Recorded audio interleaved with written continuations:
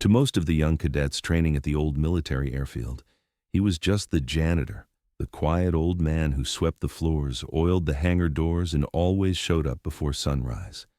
He never missed a day.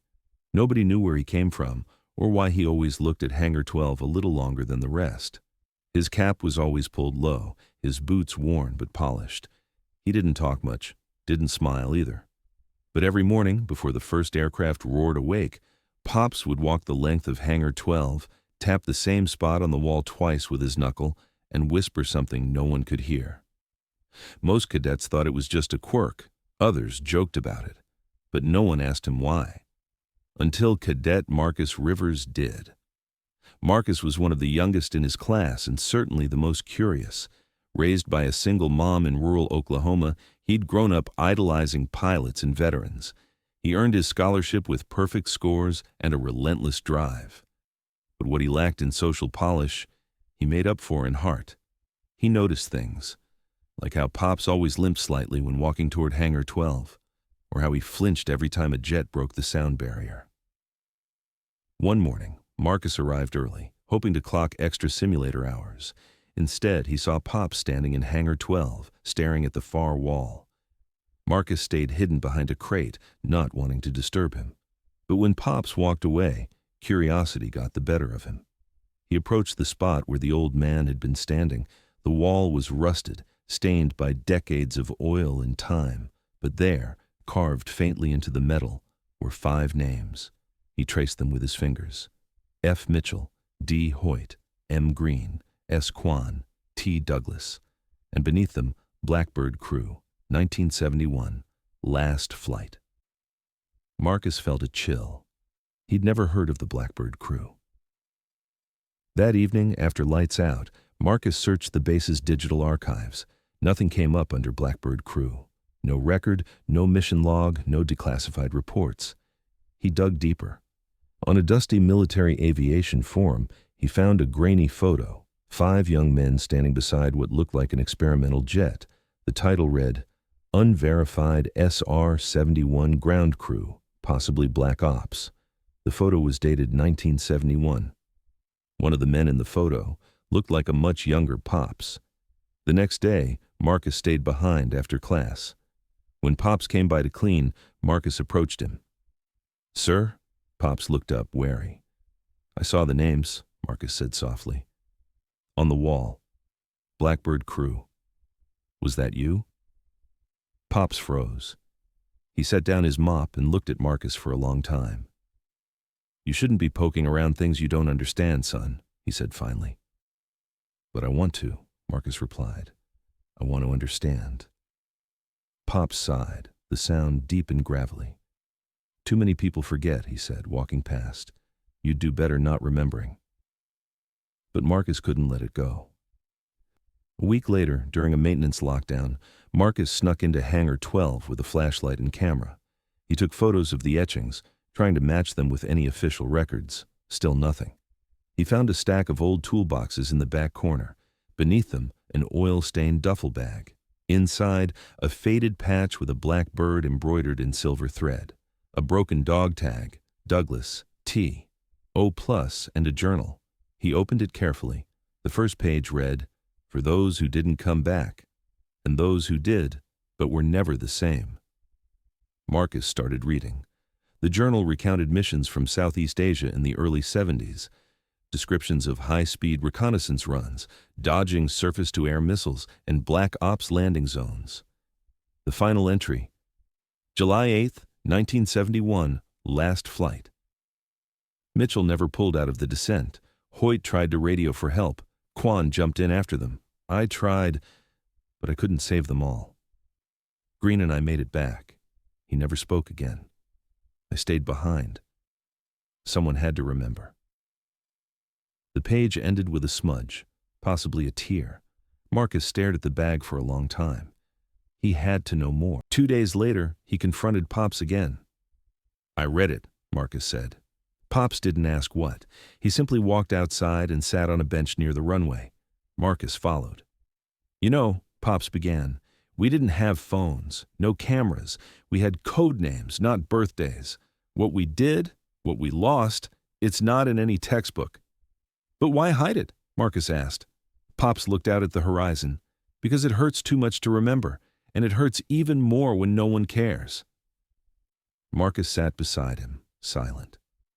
After a while, Pops reached into his coat and pulled out something wrapped in cloth. He handed it to Marcus. It was a photo. The same one from the forum, but clearer. On the back, "Iron wings never rust." "I thought they forgot us," Pops whispered. Marcus looked at him, eyes wet. "I didn't."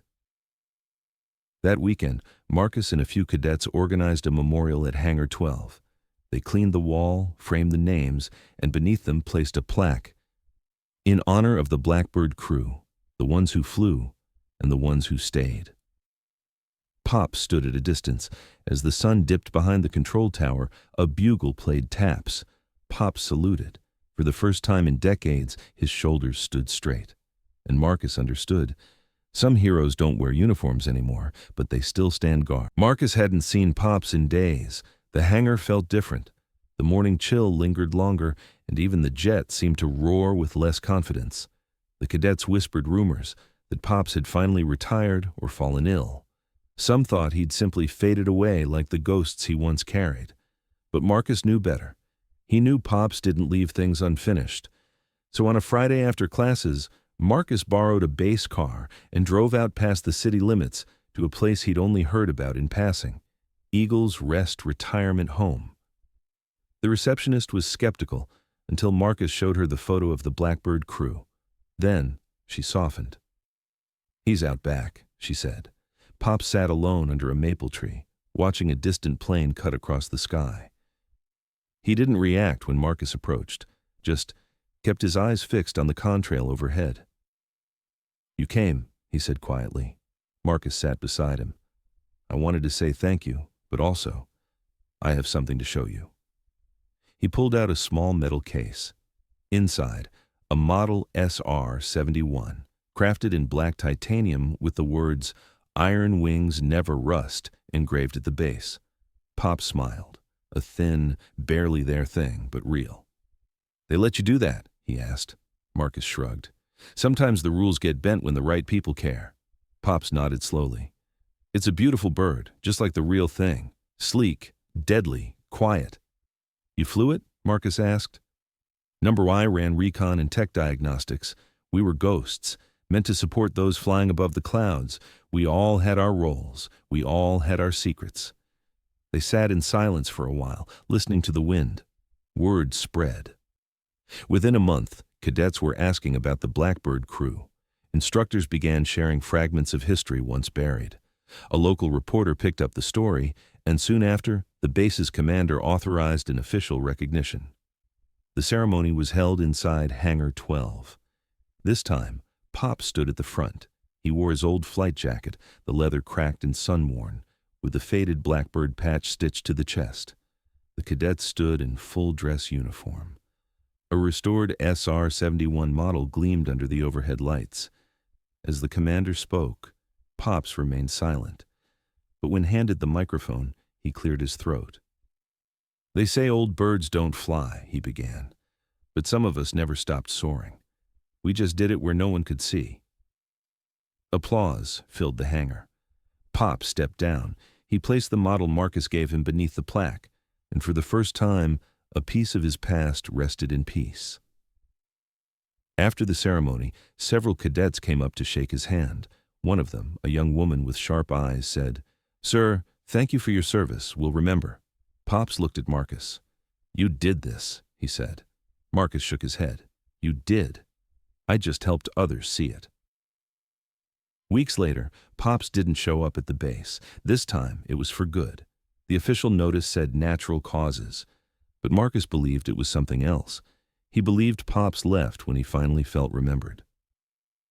A box arrived at Marcus's quarters a few days later. Inside, Pops's flight jacket, the original Blackbird patch, and a handwritten note. For the one who listened. Fly high. Marcus folded the jacket carefully, holding it like a flag. The cadets kept his traditions. Each year, on the anniversary of the memorial, they tapped the wall at Hangar 12 twice. Some whispered their own names, others left small tributes, photos, patches, a worn dog tag. But it wasn't just cadets anymore. Families of veterans started showing up, retired officers, historians, even tourists. A small museum exhibit opened next to the hangar, curated by Marcus and a few passionate instructors. In the center of the exhibit, the duffel bag, the dog tag, the journal. Visitors read the final entry. Some wept. Others stood silently in reverence. Iron Wings became more than a memorial. It became a movement. Marcus graduated top of his class. On his final day, he visited Hangar 12 alone, tapped the wall, and said, "Fly high, Pops." Then he stepped into the cockpit of his first assignment. As the jet roared to life, Marcus smiled. Iron Wings never rust, and some flights never end. Later, in his own journal, Marcus wrote, "We live in a world that forgets too easily. But legacy isn't built on medals or parades. It's built on silence, sacrifice, and the stories we choose to carry forward." And so he did. With every flight, with every salute, with every cadet he mentored, the story of the Blackbird Crew lived on. Because Marcus remembered, and he made sure the world did too.